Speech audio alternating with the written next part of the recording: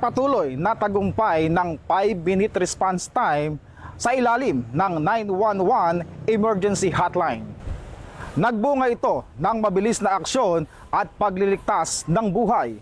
Sa isinagawang press briefing ngayong araw sa Campo Crame, ibinalita ng pamunuan ng Philippine National Police ang patuloy na tagumpay ng 5-minute response time strategy sa ilalim ng 911 emergency hotline. Mula ika-3 ng Hunyo hanggang ika-31 ng Hulyo, nakapagtala ang PNP ng 3,983 emergency calls, kung saan 3,208 ay narespondihan sa loob lamang ng 5 minuto.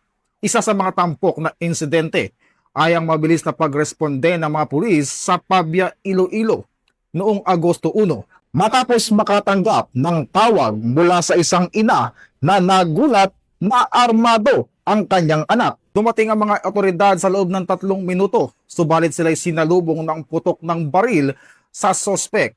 Sa kabila ng pagbibigay babala, napilitan ng isang pulis na gumamit ng kanyang service firearm bilang depensa.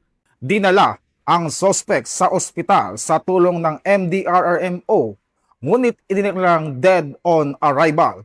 Kasalukuyan na rin itong iniimbestigahan at pinag-aaralan ng PNP ang paggamit ng non-lethal weapon tulad ng pepper spray, baton, taser upang maiwasan ang ganitong insidente sa hinaharap.